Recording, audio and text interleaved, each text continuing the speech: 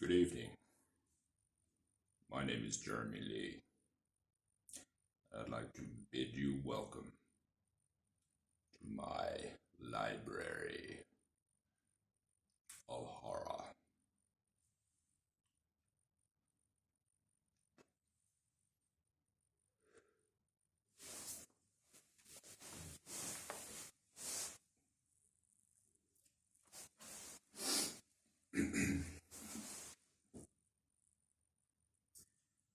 Tonight's reading will be of The Raven by Edgar Allan Poe.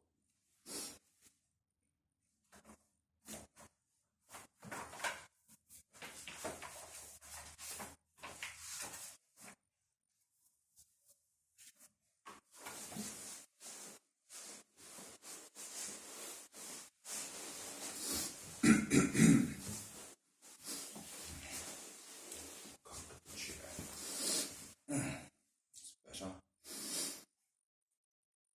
The Raven. Once upon a midnight dreary, while I pondered, weak and weary, over many a quaint and curious volume of forgotten lore, while I nodded, nearly napping, suddenly there came a tapping, as of someone gently rapping at my chamber door. "'Tis some visitor," I muttered, tapping at my chamber door. "Only this, and nothing more." Ah, distinctly I remember. It was in the bleak December, and each separate dying ember wrought its ghost upon the floor.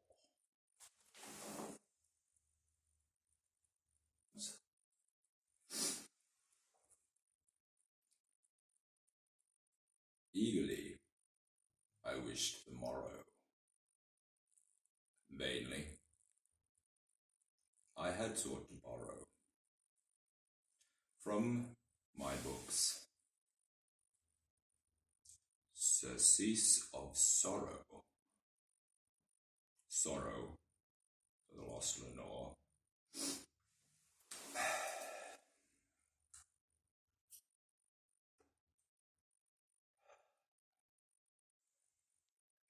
for the rare and radiant maiden whom the angels named Lenore,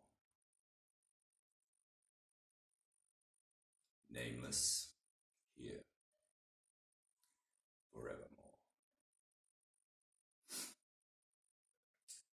And the silken, sad, uncertain rustling of each purple curtain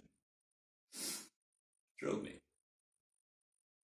filled me with fantastic terrors never felt before.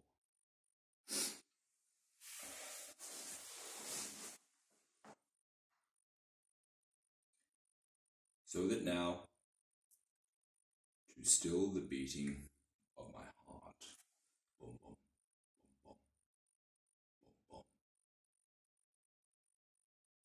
I stood repeating, "'Tis some visitor entreating entrance at my chamber door. Some late visitor entreating entrance at my chamber door. This it is, and nothing more." Presently, my soul grew stronger, hesitating then no longer. "Sir," said I, "or madam, truly your forgiveness I implore. But the fact is I was napping, and so Gently you came rapping, and so faintly you came tapping, tapping at my chamber door, that I scarce was sure I heard you. Here I opened wide the door. Darkness there, and nothing more. Deep into the darkness, peering.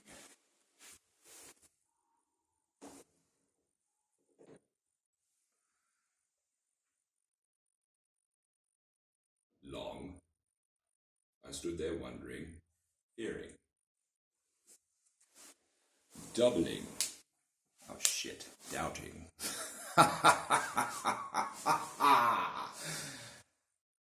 Sorry. Doubting. Dreaming dreams no mortal ever dared to dream before. But the silence was unbroken, and the darkness gave no token. And the only word there spoken was the whispered word, Lenore.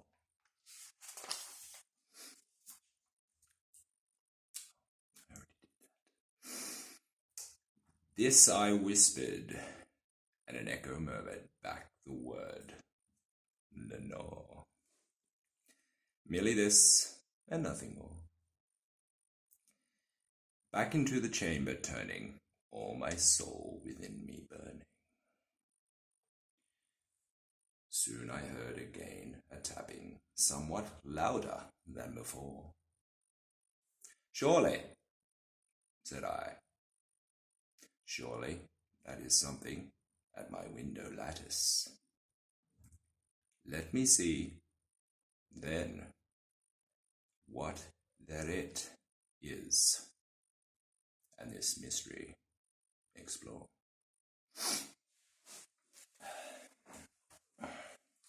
'Tis the wind, and nothing more. Open here I flung the shutter, when with many a flirt and flutter, in there stepped a stately raven of the saintly days of yore. Not the least obeisance made he, not an instant stopped or stayed he, but when with mine of lord or lady, perched above my chamber door, perched upon a bust of Pallas, just above my chamber door, perched and sat, and nothing more.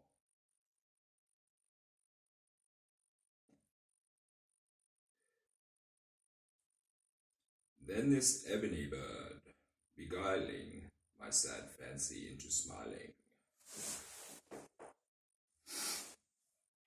by the grave and stern decorum of the countenance it bore.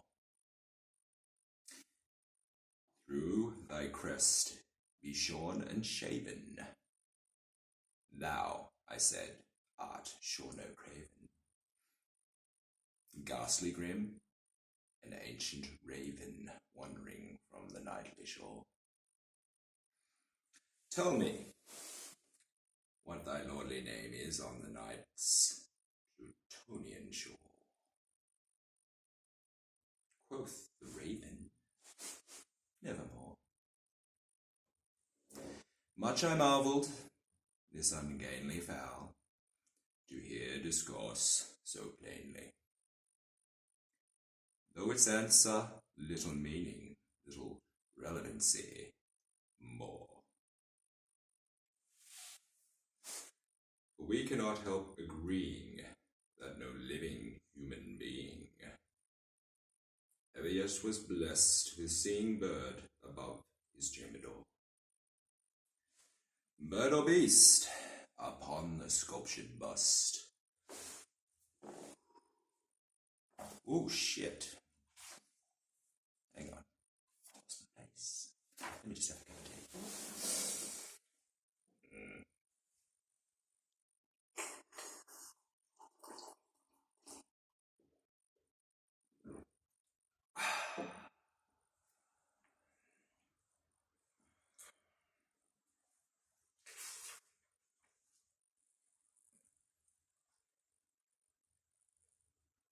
No, momento. Bird or beast, upon the sculptured bust above his chamber door, with such name as nevermore. But the raven sitting lonely on the placid bust spoke only that one word, as if his soul in that one word he did outpour. Nothing farther than he uttered, not a feather. Then he fluttered.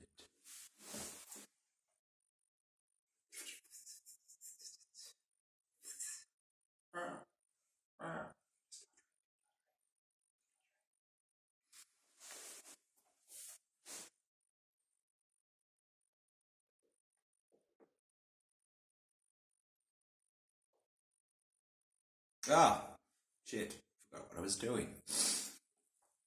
Till I scarcely more than muttered, other friends have flown before. On the morrow he will leave me, as my hopes have flown before. Then the bird said, can you guess?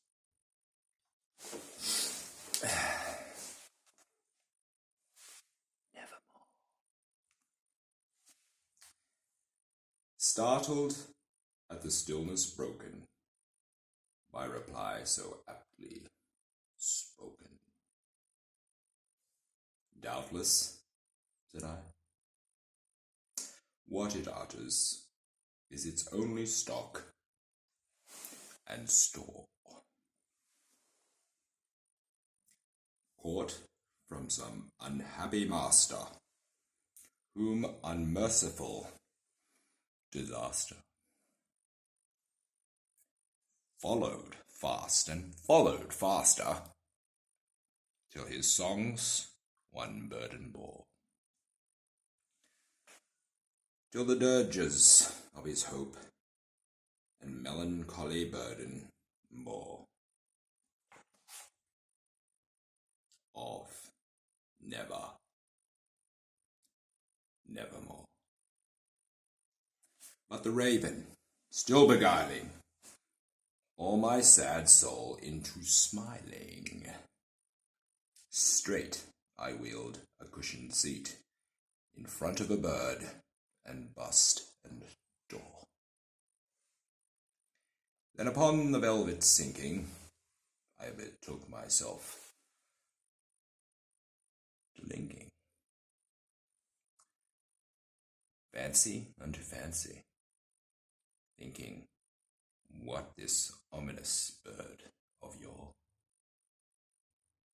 what this grim, ungainly, ghastly, gaunt, and ominous bird of yore meant in croaking nevermore. This I sat engaged in guessing, but no syllable expressing. To the fowl, whose fiery eyes now burned into my bosom's core.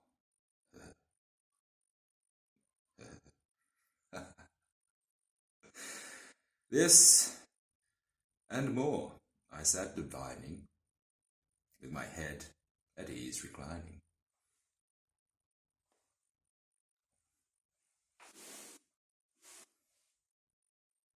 On the cushion's velvet lining, that the lamplight gloated o'er, but whose velvet violet lining with the lamplight gloating o'er, she shall press Ah, nevermore. Then methought the air grew denser, perfumed from an unseen censer. Swung by angels whose faint footfalls tinkled on the tufted floor.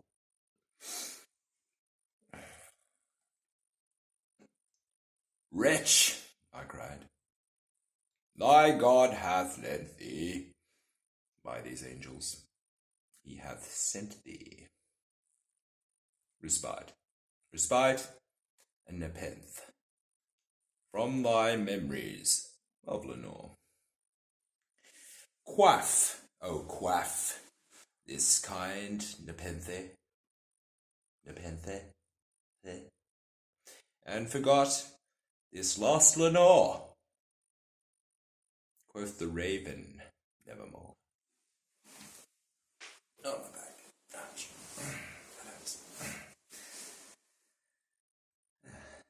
Prophet, said I, thing of evil.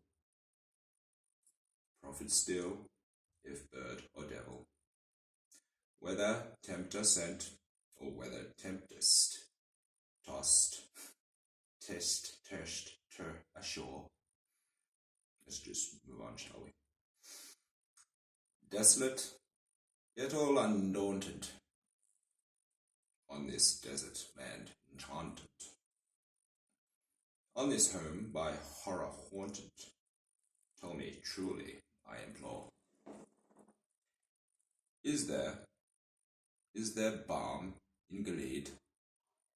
Tell me, I implore, quoth the raven, nevermore.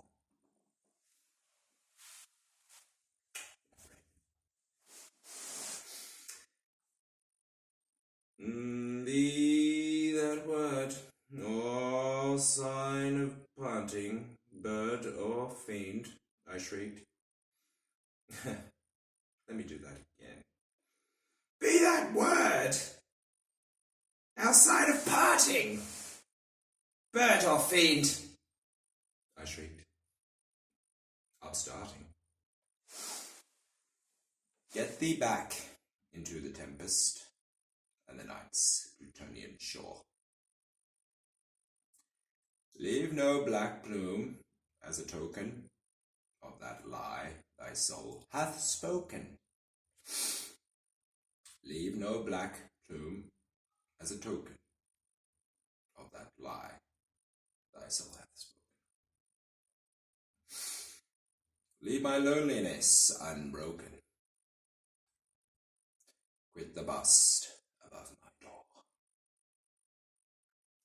Take thy beak from out of my heart, and take thy form off my door. Quoth the raven, nevermore, nevermore. And the raven, never flitting, still is sitting on the pallid bust of Pallas, just above my chamber door.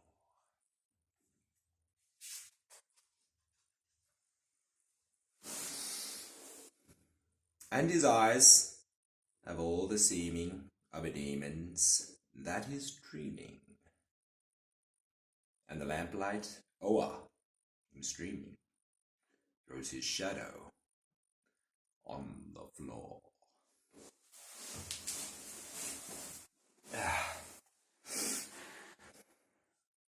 And my soul,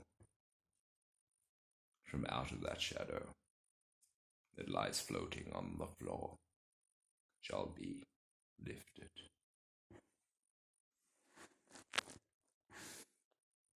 Nevermore.